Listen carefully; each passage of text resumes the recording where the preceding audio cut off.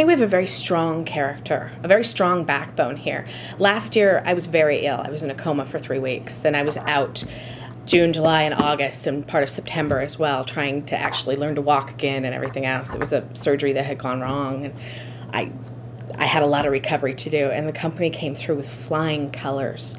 And I think that says a lot about the people that I've hired and the character of the people, because they really pulled together and went, okay, we know what's important. We know what she wants. We know how to get it done. And they did. We had very little attrition of customers, no employees left.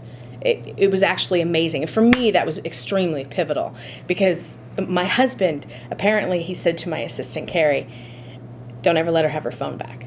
Don't let her have her phone back, because I was on my PDA all the time. I was trying really hard to keep in it until they had to push me into a coma. It was a medical coma, and then I couldn't do anything at all.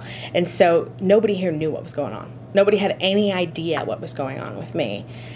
But they still stepped up to the plate. And the fact that it stood and it stayed and it's still strong says a lot to me about the character of the people that I've hired. Integrity is extremely important. And I know a lot of people say that. That's a word that comes out a lot. But I feel like if we show integrity in everything that we do, then our customers gain trust. And by gaining trust in us, they come back. We're 100% referral driven. So our customers come first. From a value point of view, integrity is huge there. Creativity is another one of our core values, and having fun is another one. We try very hard to make the office atmosphere fun, because I want people to enjoy coming to work. I don't want this to be a chore. I don't want it to just be a paycheck. We have a Wii. They play every day. We do potlucks every couple of weeks. We have a lot of fun. Everyone has Nerf guns out there. It's just, I want people to enjoy what they do. And so having fun to me is extremely important. I don't think I have a secret. If I were to have to think of any one thing, I think people. I think the people I've hired. I don't think I could have ever done this myself without hiring the right people. And don't get me wrong, I made some pretty poor hiring decisions when I first started, but I learned how to do that. And I've learned that everyone here has to buy into our next hire. We just hired a new project manager. She started about 6 weeks ago. Everyone interviewed her. And I think it was very important, because our culture is more important than just the project or the job.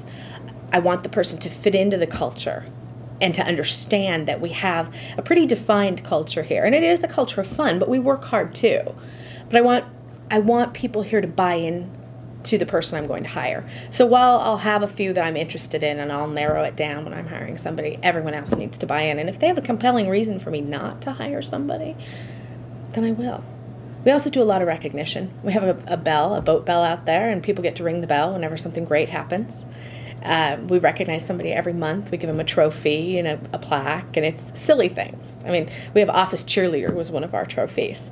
But it's recognizing people for who they are and the job that they've done. The buck does stop here. However, I usually get a lot of input.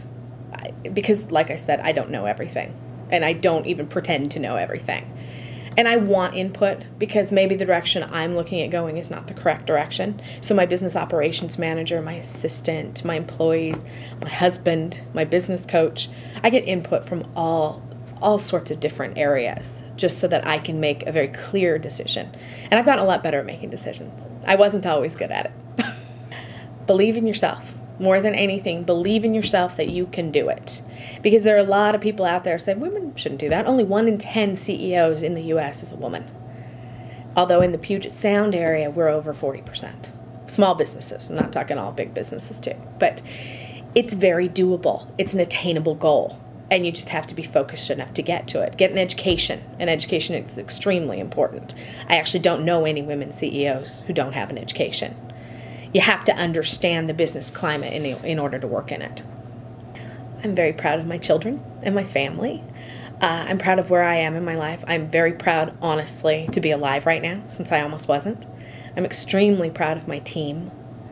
And I'm very proud of what I've built here, because I think I've built something that is creative and fun, and it shows my personality as well as the personalities of the people who work here. I think we do very vital work as well. We're extremely tied to philanthropic causes. We try very hard to give back because we have so much. So we give about $35,000 of free design work to Olive Crest Abused Children's Foundation every year.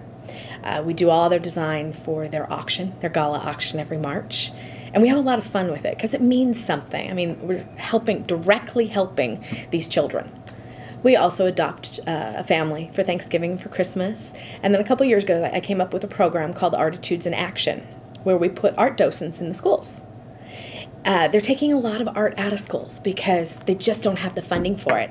So we go in and we work with the teacher. We provide the lesson plan, all of the supplies, and a teacher. So we've probably touched this year about 500 kids in the Puget Sound area, and we're in quite a few different school districts. It's a lot of fun, and the kids love it, and the designers love it. I enjoy it. I do it once a month too. It's something that we're very passionate about. Oh, I think the future is bright. I think it's very rosy out there. We're on our way up again. So I don't think we ever hit bottom just because we were in a good place, and I have fabulous people in place. But I can see where it's been a little doom and gloomy out there. I mean, I know quite a few people who've been hit by the economy. I just think it's on the upswing, and I think there's so much opportunity out there, and it's figuring out a way to harness that opportunity. And I really do think it's very real. Everything I've seen says, okay, there's more out there. Let's go get it. I love being the queen. I enjoy it. See, I've even got a little. You do have a little crown. I have a crown. We made crowns one day because I said to the team, you can't take anyone else seriously or yourself too seriously if you have a crown on your head. I would like to be not remembered as the best friend to everyone here.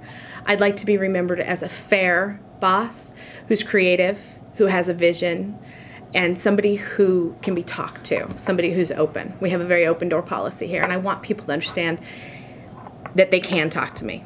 I love it.